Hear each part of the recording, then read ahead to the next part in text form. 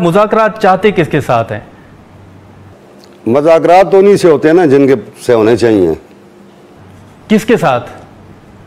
ठीक है, किससे? एस्टेब्लिशमेंट से। और किससे? जो इस मुल्क को रूल कर रही है। और किससे?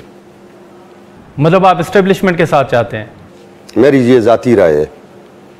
देखें, जब हम दो बातें देखें, दो चीज़ों को आप समझ लें कि जनाब इमरान खान अभी तक इस पाकिस्तान को, इस पाकिस्तान के लोगों को, अपनी पार्टी को अमन के साथ बचा के आगे ले जा रहे हैं।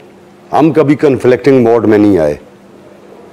इसलिए नहीं आए कि हम चाहते हैं कि इस मुल्क में सॉफ्ट रेवोल्यूशन आए।